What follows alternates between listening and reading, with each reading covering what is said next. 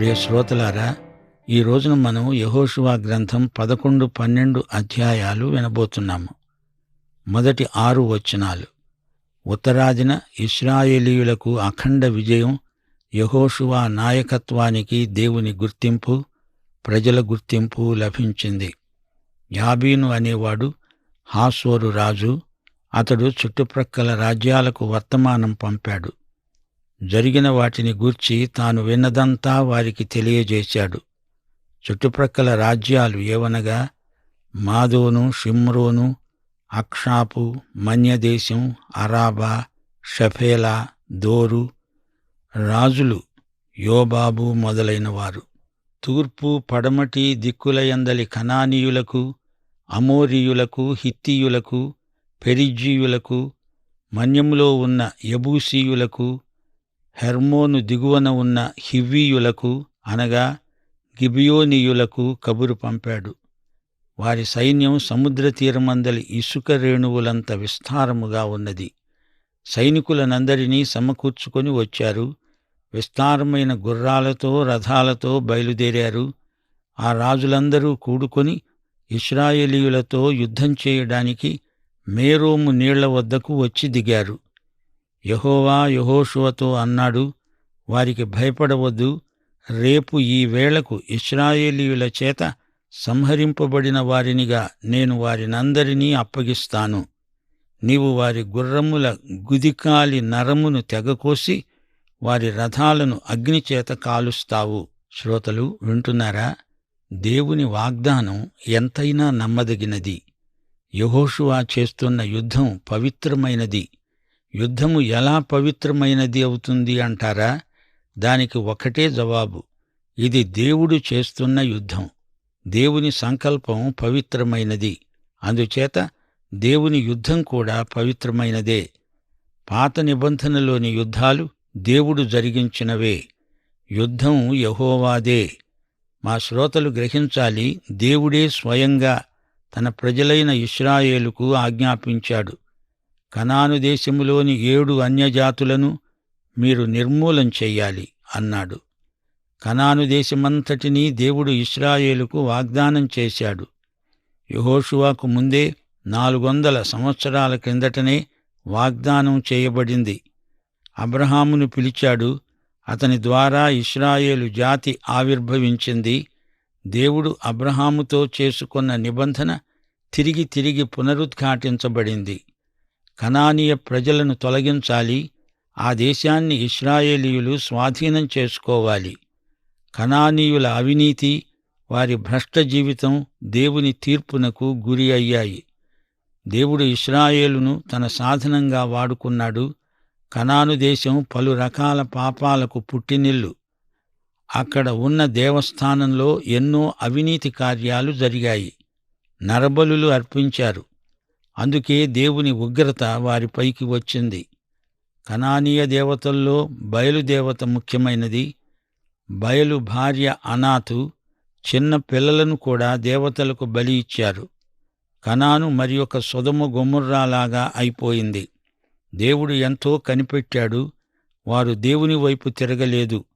సొదొమ గొమొర్రాలను దేవుడు అగ్నిగంధకాలతో దహించి వేశాడు. కానాను విషయం అలా కాదు. యెహోషువ అనే సేనాపతి దేవుని సహాయంతో ఆ జాతులను నిర్మూలం చేశాడు. తిరిగి ఇశ్రాయేలీయులు పాపం చేసినప్పుడు దేవుడు వారిని కూడా శిక్షించాడు. అన్యజాతులు ఇశ్రాయేలును చెరగొనిపోయారు. ఇశ్రాయేలు కనానులోని ఇతర జాతుల చేత ప్రభావితులవుతూ వచ్చారు. విగ్రహారాధన సంస్కృతి అంటువ్యాధిలాగా సోకింది. అందుకే కనానీయులను హతమార్చవలసిందని దేవుని ఆజ్ఞ. కనాను భూమిని శుద్ధి చెయ్యాలని దేవుడు చెబితే ఆ కల్మషాన్ని వీరు కొంత అంటించుకున్నారు. యెహోషువ చేసిన యుద్ధాలు జాతిపరమైనవి కావు. అది వెలుగుకు చీకటికి మధ్య జరిగిన యుద్ధం. దేవుని ప్రజలకు, దేవుణ్ణి ఎదిరించిన ప్రజలకు మధ్య జరిగిన యుద్ధం. నోవహు దినాలలో వచ్చిన జలప్రళయంలో నోవహు కుటుంబం క్షేమంగా ఉంది. అలాగే సొదొమ గొమొర్రాలు భస్మీపటలమైపోయినప్పుడు కొందరు నీతిమంతులు తప్పించుకున్నారు. యెహోషువ గ్రంథంలో యెరికో నాశనమైనప్పుడు రాహాబు అనే వేశ్య, ఆమె కుటుంబము రక్షించబడ్డారు. సోదరీ సోదరులారా, గ్రహించారా? పాత నిబంధనలో దేవుడు ఒకే ఒక జాతిని ప్రత్యేకించుకున్నాడు. అది దేవుని కృపా సంకల్పం. అదే జాతిలో నుండి మెస్సీయా వచ్చాడు. కనాను భూమి ఇశ్రాయేలుకు వాగ్దత్త భూమి. యేసు ప్రభువు యొక్క ప్రథమ శిష్యులు ఆ దేశంలోనే నివసించారు. అయితే ప్రభువు యొక్క అంత్య సందేశం, భూదిగంతాల వరకు వెళ్ళండి, సర్వ సృష్టికి సువార్తను ప్రకటించండి, ప్రపంచాన్ని ప్రేమతో జయించండి, అన్ని జాతులకు, కులాలకు, మతాలకు ప్రేమ సువార్త ప్రకటించండి, వారిని దేవుని కోసమై గెలవండి. ప్రియ శ్రోతలు, వింటున్నారా? యెహోషువ చేసిన యుద్ధాలు యేసుక్రీస్తు వైపునకే చూపుతున్నాయి. యేసుక్రీస్తు తన ప్రజలను ఆధ్యాత్మిక యుద్ధంలో ముందుకు నడిపిస్తున్న నాయకుడు. ఇప్పుడు యెహోషువ 11వ అధ్యాయం 7వ వచనం నుండి, యెహోషువ అతనితో కూడా ఉన్న యోధులందరూ మేరోము నీళ్ల వద్దకు వారి మీదకు వచ్చి పడ్డారు. యెహోవా ఇశ్రాయేలీయుల చేతికి వారినప్పగించాడు. వీరు వారిని హతం చేశారు. మిస్పే లోయ వరకు వారిని తరిమి నిశ్శేషముగా చంపారు. యెహోవా చెప్పినట్లే అతడు చేశాడు. వారి గుర్రముల గుదికాలి నరములను తెగకోసి వారి రథాలను అగ్నితో కాల్చివేశాడు. హసోరు రాజ్యం ప్రధానమైనది. ఆ రాజును యెహోషువ ఖడ్గంతో హతమార్చాడు. ఎవ్వరూ తప్పించుకోలేకపోయారు. హాసోరును అగ్నితో కాల్చివేశాడు. ఆ రాజులందరినీ హతం చేశాడు. వారి పట్టణాలను పట్టుకొని కొల్లబెట్టాడు. యెహోషువ మోషే పద్ధతినే అనుసరించాడు. హాసోరు మెట్టల మీద కట్టబడి ఉన్న పట్టణాలను ఇశ్రాయేలీయులు కాల్చివేయలేదు. అక్కడి కొల్ల సొమ్మును, పశువులను దోచుకున్నారు. యెహోషువ ఎవరినీ విడువకుండా అందరినీ హతం చేశాడు. యెహోషువకు మోషే మంచి మాదిరి. యెహోషువ మోషే ద్వారా ఇవ్వబడిన ఆజ్ఞలన్నిటినీ పాటించాడు. హాలాకు కొండ నుండి మొదలుకొని ఇశ్రాయేలు కొండలను, వాటి లోయలను, వాటి రాజులనందరినీ పట్టుకొని వారిని కొట్టి చంపాడు. ఆ రాజులందరితో బహుదినములు యుద్ధం చేశాడు. అయితే గిబియోను నివాసులైన హివ్వీయులు తమతో సంధి చేసుకున్నారు. మిగతా వారెవ్వరూ సంధి చేసుకుని ఉండలేదు. ఆ పట్టణములన్నిటినీ ఇశ్రాయేలీయులు యుద్ధంలో పట్టుకున్నారు. కనికరించక వారిని నాశనం చేసే నిమిత్తము వారు ఇశ్రాయేలీయులతో యుద్ధము చేసేటట్లు యెహోవా వారి హృదయాలను కఠినపరిచాడు. ఆ కాలమున యెహోషువ వచ్చి ఆ ప్రాంతంలోని అనాకీయులనందరినీ నాశనం చేశాడు. వారి పట్టణాలను నిర్మూలం చేశాడు. ఇశ్రాయేలీయుల దేశమున అనాకీయులలో ఎవ్వరూ మిగిలి ఉండలేదు. గాజాలో, గాతులో, అష్డోదులో మాత్రమే కొందరు మిగిలి ఉన్నారు. యెహోవా మోషేతో చెప్పినట్లు యెహోషువ దేశమంతటినీ పట్టుకున్నాడు. యెహోషువ వారి గోత్రముల చొప్పున ఇశ్రాయేలీయులకు స్వాస్థ్యముగా దానిని అప్పగించాడు. అప్పుడు యుద్ధము లేకుండా దేశము సుభిక్షముగా ఉంది. ఈ అధ్యాయంలో మనము ఒక విశేషాన్ని గుర్తించగలం. ఉత్తరాది, దక్షిణాది అని 2 విభాగాలు చేసి యెహోషువ దండయాత్ర కొనసాగించాడు. యెహోషువ యుద్ధనీతి ప్రశంసించదగినదే. ఇప్పుడు 12వ అధ్యాయంలోకి వస్తున్నాము. ఈ అధ్యాయంలో యెహోషువ జయించిన రాజుల సంఖ్య 31. ఈ అధ్యాయమంతా పేర్లే. దేవుడు ఇలాంటి వివరాలు రాసిపెట్టి ఉంచాడంటే బైబిలు యొక్క చారిత్రక వాస్తవానికి ఇది ప్రబలమైన రుజువు. దేవుడు మన జీవితంలోని చిన్న చిన్న విషయాలను కూడా శ్రద్ధగా గమనిస్తున్నాడని దీనివలన మనం గ్రహించగలం. దేవుని వాక్యంలో ఒక పొల్లు గాని, సున్నా గాని నిర్లక్ష్యం చేయడానికి వీల్లేదు. పరలోకంలో గ్రంథాలుంటాయి. ముఖ్యంగా 2 గ్రంథాలు. 1 క్రియల గ్రంథం, 2 గొర్రెపిల్ల యొక్క జీవగ్రంథం. యేసుక్రీస్తును నీ స్వంత రక్షకుడుగా ఎప్పుడు అంగీకరిస్తావో అప్పుడే నీ పేరు గొర్రెపిల్ల జీవగ్రంథమందు రాయబడుతుంది. నీ స్వప్రయత్నంతో నీ పేరును అందులో రాయించుకుందామంటే కుదరదు. ఆ జీవగ్రంథంలో ఎవరి పేరు ఉన్నదో వారే క్రీస్తునందు నిత్యజీవము పొందినవారు. ఇక క్రియల గ్రంథం. ఇందులో నీవు చేసిన ప్రతి పని రాయబడి ఉంటుంది. ఎంత స్వల్పమైన పనైనా, ఎంత గొప్ప పనైనా అన్నీ అందులో రాయబడి ఉంటాయి. దేవుని బిడ్డలకు గిన్నెడు మంచినీళ్ళిచ్చినా అది కూడా అందులో రాయబడి ఉంటుంది. ఈ అధ్యాయంలో ఇన్ని పేర్లున్నాయి గదా! ఈ పేర్లు ఏమిటో మనకు తెలియదు, కాని దేవునికి తెలుసు. అదే ఇందులోని రహస్యం. ఈ అధ్యాయంలో కొన్ని ముఖ్యమైన విషయాలు మీ దృష్టికి తెస్తాము. ఇంతమంది రాజులు యెహోషువకు లొంగిపోయారు. యెహోషువ 12వ అధ్యాయం 1వ వచనం. ఇశ్రాయేలీయులు యొర్దానుకు తూర్పుగా అవతల ఉన్న అర్నోను లోయ మొదలుకొని హెర్మోను కొండ వరకు తూర్పునందలి మైదానమంతటిలో హతం చేసి వారి దేశాలను స్వాధీనపరుచుకొనిన రాజులు ఎవరనగా 24వ వచనం. ఆ రాజులందరి సంఖ్య 31. సీహోను, ఓగు, యెరికో రాజు, హాయి రాజు, యెరూషలేము రాజు, హెబ్రోను రాజు, యర్మూతు రాజు, లాకీషు రాజు, గెజెరు రాజు, దెబీరు, గెదెరు, హోర్మా, అరాదు, లిబ్నా, అదుల్లాము, మక్కేదా, బేతేలు, తప్పూయా, హెపెరు, అఫెరు, లషారోను, మాదోను, హాసోరు, షిమ్రోన్మెరోను, లక్షాపు, తానాకు, మెగిద్దో, కెదెషు, కర్మెలు, యొక్నెయాము, ఓరు, గోయీయా, తిర్సా. ఇవి స్థలాల పేర్లు. వీటిని పరిపాలించిన రాజులు యెహోషువ చేతిలో ఓడిపోయారు. సోదరీ సోదరులారా, 11వ అధ్యాయంలో యాబీను అనే రాజు పేరు చెప్పబడింది. ఇతడు మంచి పలుకుబడి గల రాజు. యాబీను యెహోషువకు ప్రత్యర్థి. అయినా అతడు ఘోరంగా పరాజితుడయ్యాడు. ద్వితీయోపదేశకాండం 6వ అధ్యాయం 10 నుండి 12వ వచనం వరకు మోషే స్పష్టంగా చెప్పాడు, నీ దేవుడైన యెహోవా తాను చేసిన ప్రమాణమును బట్టి నిన్ను ఆ దేశంలో ప్రవేశపెట్టి, నీవు కట్టని గొప్పవి అయిన మంచి పురములను, నీవు నింపని మంచి ద్రవ్యముల చేత నింపబడిన ఇండ్లను, నీవు తవ్వకపోయినను త్రవ్వబడిన బావులను, నీవు నాటని ద్రాక్ష తోటలను, ఆలివు తోటలను నీకిచ్చిన తరువాత, నీవు తిని తృప్తి పొందినప్పుడు, దాసుల గృహమైన ఈజిప్టు దేశంలో నుండి నిన్ను రప్పించిన యెహోవాను మరువకుండా నీవు జాగ్రత్తపడు. హాసోరు పట్టణం దహించబడింది. ఆ పట్టణంలోని సంస్కృతి హేయమైనది. దానితో మిగతా రాజ్యాలన్నీ లొంగిపోయాయి. ఈ అధ్యాయంలో మరొక ప్రాముఖ్యమైన విషయమున్నది. దేవుడు మోషేకు చెప్పినదంతా మోషే యెహోషువకు చెప్పాడు. యెహోషువ మోషే తనకు చెప్పినదంతా చేశాడు.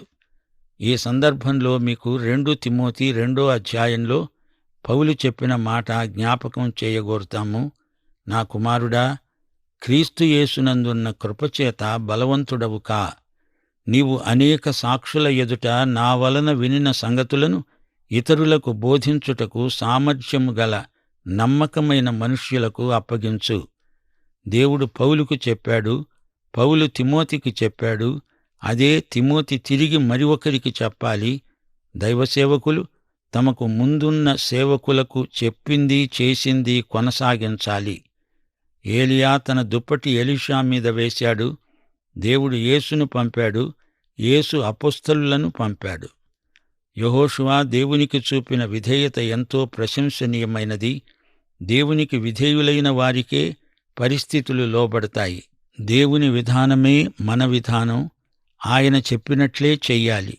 ప్రియశ్రోతలారా, యెహోషువ జైత్రయాత్ర 7 సంవత్సరాలు కొనసాగింది. ఒక్క రోజులో జరగలేదు. అలాగే మన వ్యక్తిగత జీవితాలలో కూడా అనేక పాపాలు మనల్ని శోధించినప్పుడు వాటిని జయించడం అంత సులువేమీ కాదు. అయితే మనం దేవునితో ప్రయాణం చేస్తున్నాము. మన జీవితంలో క్రమేణా మార్పు వస్తుంది, వచ్చి తీరుతుంది. అసహనం మనకు మంచిది కాదు. నిరీక్షణతో ముందడుగు వెయ్యాలి. దేవుడు మనల్ని విడువడు, ఎడబాయడు. ఆయన మనతో, మనలో ఉన్నాడు, ఉంటాడు. యెహోషువ 11వ అధ్యాయం 21వ వచనంలో మన్యదేశం, హెబ్రోను, దెబీరు, అనాబు, యూదా మన్యములు అని చెప్పబడ్డాయి. ఇక్కడ అనాకీయులున్నారు. మోషే కాలంలో వేగుల వారిని పంపినప్పుడు వారు తెచ్చిన నివేదిక వీరిని గురించే. వీరు రాక్షసులు, అనాకీయులు. సంఖ్యాకాండం 13, 14 అధ్యాయాలలో 10 మంది వేగులవారు తెచ్చిన నివేదిక ఉన్నది. వారన్నారు, ఆ దేశంలో నివసించే జనులు బలవంతులు, వారి పట్టణములు ప్రాకారములు గలవి, అవి మిక్కిలి గొప్పవి. అక్కడ అనాకీయులను చూచాము. యెహోషువ వారిని హతం చేశాడు. వాగ్దత్త భూమిని స్వాధీనపరుచుకొన్న యెహోషువ అభినందనీయుడు. ప్రియ శ్రోతలారా, ఈ 2 అధ్యాయాలలో ఎన్నో స్థలాలు, ఎందరో వ్యక్తులు ఉన్నట్లు చూచాము. శత్రురాజులందరూ కూటమిగా ఏర్పడినప్పుడు వారి కాల్బలం 3,00,000, ఆశ్వికులు 10,000 మంది, రథాలు 20,000, మొత్తం గుర్రాలు 30,000. ఇంత గొప్ప సైన్యాన్ని ఇశ్రాయేలు ఎదుర్కొన్నారు. వీరికి కాల్బలం మాత్రమే ఉన్నది. దేవుడు వీరి పక్షాన ఉండబట్టిగాని అంతమందిని జయించడం అసాధ్యం. కనానులో ఉన్న లోయలను కూడా యెహోషువ స్వాధీనపరుచుకున్నాడు. ఈ యుద్ధాలు ముగిసేటప్పటికి యెహోషువ వయస్సు 85 సంవత్సరాలు. యెహోషువ అనాకీయులు ఉన్న స్థావరాలను పట్టుకొని వారిని హతం చేశాడు. అయితే గాజాలో, గాతులో, అష్డోదులో కొందరు మిగిలిపోయారు. శత్రురాజులు తూర్పు వైపున 2, పడమటి దిక్కున 31 మంది, మొత్తం 33. తూర్పు వైపున రాజులు 2, సీహోను మరి ఒకడు ఓగు. సీహోను అమోరియ రాజు, అతడు అనాకీయుడే. ఓగు బాషాను రాజు, అతడు కూడా రాక్షసుడే. ప్రియ శ్రోతలారా, బైబిలు చరిత్రలో యెహోషువ పాత్ర ఎంత గొప్పదో గమనించండి. యెహోషువ గొప్ప యుద్ధవీరుడు. యేసుక్రీస్తు సమాధానాధిపతి. మోషే తరువాత యెహోషువ నాయకత్వపు బాధ్యతలు చేపట్టాడు. మోషే యెహోషువను నాయకత్వానికి పరిచయం చేశాడు. యెహోషువ నమ్మకమైన సేవకుడు, విశ్వాసము, నిరీక్షణ గలవాడు. కనానీయులను జయించాలి, కనాను దేశాన్ని స్వాధీనపరుచుకోవాలి. దేవుడు ఆజ్ఞాపించినప్పుడు దేవుని మాట ఒకటి యెహోషువకు ధైర్యం గొలిపింది. నేను మోషేకు తోడై ఉన్నట్లు నీకు తోడై ఉంటాను. యెహోషువ ఇశ్రాయేలీయులను యొర్దాను నది గుండా నడిపించాడు. సేనానాయకుడుగా ముందు నడిచి ఎన్నో విజయాలు సాధించాడు. యెహోషువ గ్రంథంలో మొదటి 12 అధ్యాయాలతో యుద్ధకాండ ముగిసింది. యెరికో గోడలు కూలాయి అంటే సూర్యచంద్రుల గమనం ఆగిపోయిందంటే దీనికంతటికీ దేవుని తోడ్పాటు మాత్రమే కారణం. సైన్యములకు అధిపతి అయిన యెహోవా యెహోషువకు తోడుగా ఉన్నాడు. ఇప్పుడు పాలస్తీనా దేశం ఇశ్రాయేలుకు నివాసయోగ్యమైంది. అబ్రహామీయ నిబంధన చిట్టచివరికి సంపూర్ణంగా నెరవేరింది. 13వ అధ్యాయం నుండి భూముల పంపకం వృత్తాంతం మనం వినబోతున్నాము. ఇంకా చాలా భూమి కనానీయుల వశంలోనే ఉంది. దావీదు కాలం వరకు పూర్తిగా దేశం స్వాధీనం కాలేదు. అయినా యెహోషువ ద్వారానే భూముల పంపిణీ జరిగింది. యెహోషువ 13 నుండి 22 అధ్యాయం వరకు మళ్లీ గోత్రాల పేర్లు, భూముల వాటాలు, వివరాలు ఎన్నెన్నో ఉంటాయి. ఈ పేర్లు మనకు విచిత్రంగా ధ్వనించవచ్చు. కాని ఈ పేర్లు వింటూ ఉంటే ఇశ్రాయేలుకు ఎంతో సంతోషం, ఉత్సాహం. పితరుడైన అబ్రహాముతో దేవుడు చేసుకొన్న నిబంధన నెరవేరిన విధానం సవివరంగా దేవుడు రాయించాడు. ఇప్పుడు యెహోషువ వృద్ధుడైపోతున్నాడు. ఈ అధ్యాయాలలో యెహోషువను జాగ్రత్తగా పరిశీలించండి. ఎన్నో సంవత్సరాలు దేవునికి నమ్మకమైన సేవ చేశాడు. తన 110వ ఏట చనిపోయాడు. అయితే ఒక మాట, బైబిలు అంతటిలో అబ్రహాము, మోషేల పేర్లు ఎక్కువగా చెప్పబడ్డాయి. కాని కొత్త నిబంధనలో అపొస్తలుల కార్యం 7వ అధ్యాయం 45వ వచనంలో స్తెఫను యెహోషువను ప్రస్తావించాడు. మన పితరులు తమ పెద్దల చేత దానిని అనగా సాక్ష్యపు గుడారమును తీసుకొనినవారై దేవుడు తమ ఎదుట నుండి వెళ్లగొట్టిన జనములను వారు స్వాధీనపరచుకున్నప్పుడు యెహోషువతో కూడా ఈ దేశములోనికి దానిని తీసుకొని వచ్చారు. హెబ్రీ పత్రిక 4:8 యెహోషువ వారికి విశ్రాంతి కలుగజేసిన ఎడల ఆ తరువాత మరి ఒక దినమును గూర్చి ఆయన చెప్పకపోయేవాడే. ప్రియ శ్రోత, యేసుక్రీస్తు అందరికంటే శ్రేష్ఠుడు. మోషే కంటే శ్రేష్ఠుడు, యెహోషువ కంటే శ్రేష్ఠుడు. ఆ యేసుక్రీస్తును నీవు స్వకీయ రక్షకుడుగా, ప్రభువుగా ఎరుగుదువా? దేవుడు నిన్ను దీవించునుగాక. మన ప్రభు అయిన యేసుక్రీస్తు వారి కృప, తండ్రి అయిన దేవుని ప్రేమ, పరిశుద్ధాత్మ యొక్క అన్యోన్య సహవాసము మనకు సదాకాలము తోడైయుండునుగాక. ఆమేన్.